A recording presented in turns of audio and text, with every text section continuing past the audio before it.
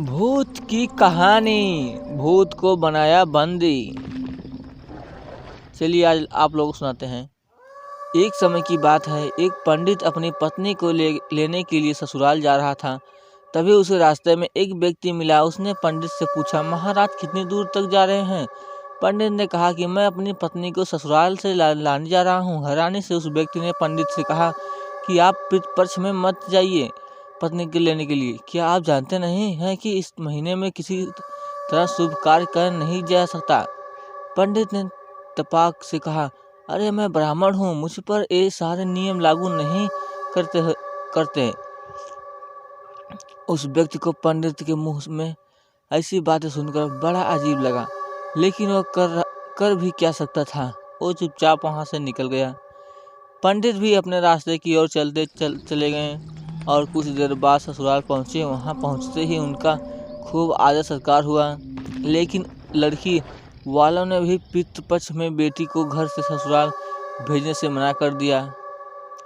ब्राह्मण भी मानने वालों में से नहीं थे। उन्होंने जिद पकड़ ली कि वो अपनी पत्नी को लेकर ही जाएंगे, और होते होते वो अपनी पत्नी को लेकर अपने घर ही ओर निकल पड़े। रास्ते में कुछ देर आगे बढ़ने पर पंडित को जोर से प्यास लगने लगी। सामने ही उन्हें कुआं नजर आया। वो वहां गए और रस्सी को खींचकर पानी निकालने लगे। उसी वक्त एक व्यक्ति भी वहां पहुंचा और उसने पंडित से अपने लिए पानी निकालने के लिए कहा। जैसे ही पंडित उसके लिए पानी निकालने लगे तो उसने पंडित को उठाकर कुएं के अंदर डाल दिया और पंडित के भेष में उसकी पत्नी के साथ रास्ते में आगे बढ़ने लगा। दोनों कुछ देर बाद पंडित के घर पहुंच गए। वो व्यक्ति पंडित का ही रूप बनाकर उस महिला के साथ रहने लगा। ऐसा होते होते तकरीबन 3 महीने बीत गए, लेकिन पंडित अभी भी कुएं में ही फंसे थे। कुछ दिनों बाद उसी कुएं के पास से एक व्यक्ति अपनी बैल लेकर गुजर रहा था। बैलों के गले में की घंटी की आवाज कुएं के अंदर फंसे पंडित के कानों पर पड़ी। तभी पंडित जोर जोर से चिल्लाया, बचाओ बचाओ, कोई है तो मुझे बाहर निकालो।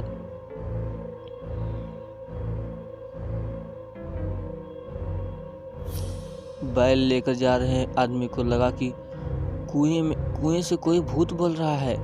फिर भी वह हिम्मत करके कुएं के पास गया और पूछा, कौन हो तुम?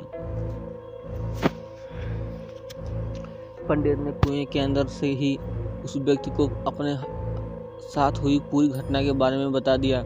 सब कुछ सुनकर उस इंसान का दिल भर आया और पंडित को कुएं से बाहर निकाल दिए। कुएं से निकालते ही पंडित फटाफट अपने पत्नी से मिलने के लिए गांव पहुंच गया। वहां जाते ही उसे पता चला कि उसी के भेष का एक इंसान गांव में रह रहा है।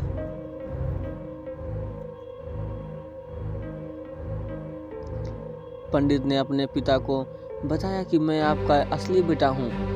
इसने मुझे कुएं में धक्का मार दिया था और मेरा रूप लेकर यहाँ आ गया है। यही बात पंडित पूरे गांव वालों को बोलने लगा, लेकिन किसी ने उसकी बात पर भरोसा नहीं किया। बात इतनी बढ़ी कि राजा के पास तक पहुंच गई।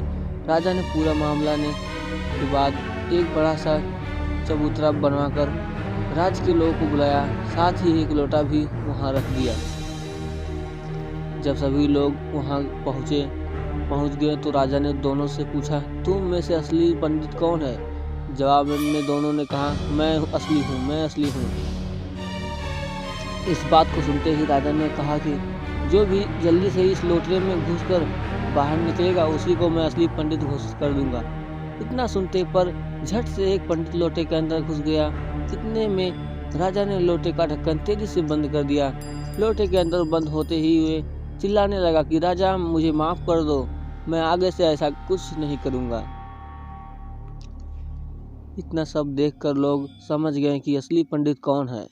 सबको पता चल गया कि वो भूत था जो लोटे में घुस गया था। वह भूत पंडित को सबक सिखाने के लिए सबका रूप बनाकर उसी के घर में रह रहा था।